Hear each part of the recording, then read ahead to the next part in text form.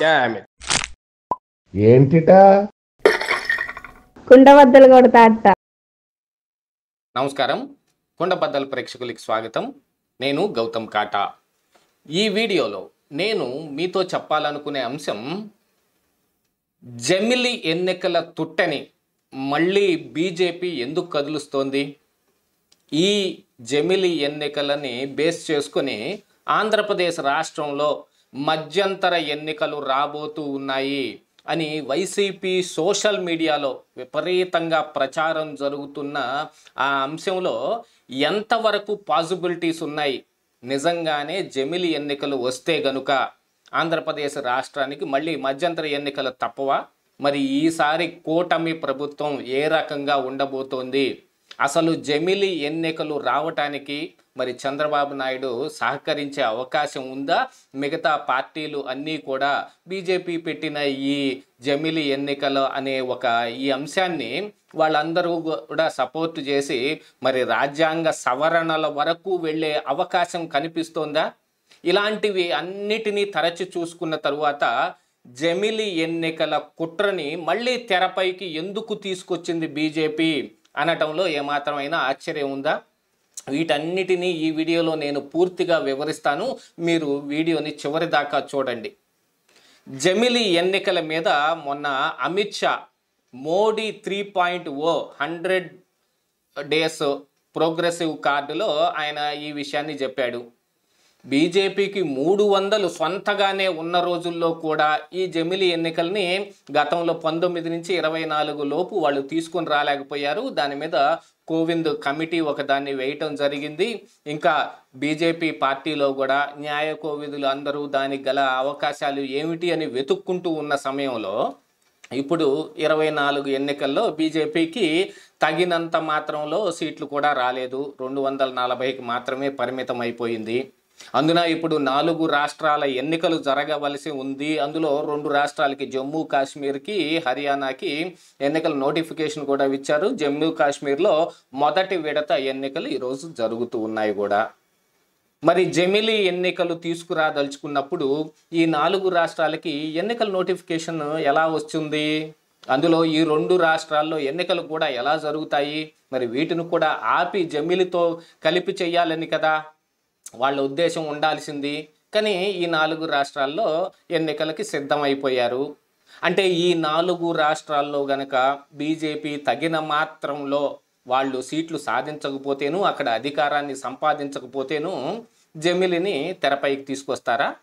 ఈ 4 రాష్ట్రాలే కాకుండా ఇక మళ్ళీ సంవత్సరం తర్వాత సంవత్సరం ఎన్నికలు వస్తూనే ఉన్నాయి. అందున ఉత్తరప్రదేశ్లో కూడా ఎన్నికలు రావలసిన అగత్యం ఇప్పుడు ఉంది.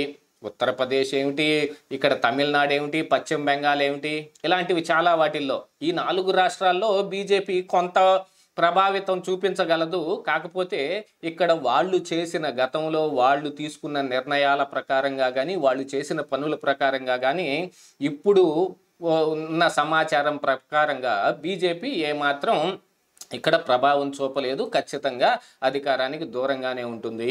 ఇండియా కూటమి ఖచ్చితంగా ప్రభావితం చూపిస్తుంది అనే అంశాలే ఇప్పుడు చాలా వరకు కనిపిస్తూ ఉన్నాయి. నేషనల్ మీడియాలో కూడా దీని మీదే ఎక్కువగా చర్చ జరుగుతోంది. మరి అలాంటిది ఈ 4 రాష్ట్రాలని కోల్పోతే గనుక బీజేపీ జమిలి ఎన్నికలు అనే ఒక అంశాన్ని తెరపైకి తీసుకొచ్చి ఆ తరువాత మరి వాళ్ళు కూడా రాజీనామా చేసేసి లేకపోతే ఈ పార్లమెంటు డిజాల్వ్ చేసి మళ్ళీ ఎన్నికలకు వెళ్ళాలా? మిగతా రాష్ట్రాల అందరి సీఎంలు కూడా రాజీనామా చేసేసి వాళ్ళు కూడా ఈ జమిలి ఎన్నికలకు సహకరిస్తారా? అసలు అందున ఇప్పుడు ఆంధ్రప్రదేశ్ రాష్ట్రంలో కూటమిలో బీజేపీ కూడా వన్ ఆఫ్ ది పార్ట్ అయి ఉంది. మరి వాళ్ళు బీజేపీ ఈ టీడీపీని, జనసేనని ఒప్పించి ఇప్పుడు ఎన్నికలకు వెళ్ళే అవకాశం ఉంటుందా? అసలు మధ్యంతర ఎన్నికలు అని ఇప్పుడు వైఎస్ఆర్ కాంగ్రెస్ పార్టీ అంటే వాళ్ళు అపోజిషన్లో ఉన్నారు కాబట్టి ఏదో రకంగా ప్రజలను మభ్యపెట్టడం కోసం ఇదిగో తొందరలోనే ఎన్నికలు రాబోతూ ఉన్నాయి, 1-2 సంవత్సరాలకు మించి ఈ కూటమి అధికారంలో ఉండదు, జమిలి ఎన్నికలు వచ్చాయంటే నెక్స్ట్ గెలిచేది మేమే అని కూడా చెప్పుకోవచ్చు. దానికోసం వాళ్ళు ప్రచారం చేస్తూ ఉన్నారు అని అంటే మరి ఏ విషయం లేకుండా, ఎటువంటి సందర్భం లేకుండా వాళ్ళు మాత్రం ప్రచారం చేసుకునే అవకాశం ఎలా వస్తుంది? అంటే బీజేపీ పార్టీ అమిత్ షా 100 రోజుల ప్రోగ్రెస్ కార్డును చూపిస్తూ మరి జమిలీ ఎన్నికల గురించి ఆయన ప్రస్తావించటం మూలానే కదా ఇది జరిగింది. జమిలీ ఎన్నికల మీద కోవింద్ కమిటీ ఇచ్చిన నివేదికను కావచ్చు, రాజ్యాంగ సవరణలు చేయాల్సిన అవసరం ఉందనేది కూడా చెప్పటం కావచ్చు. ఇవన్నీ జరిగిన తర్వాత మొన్న వక్స్ బిల్లునే వాళ్ళు కమిటీకి పంపించాల్సిన అగత్యం ఏర్పడింది. దాన్నే స్వయంగా వాళ్ళు బిల్లు చేసేయలేకపోయారు.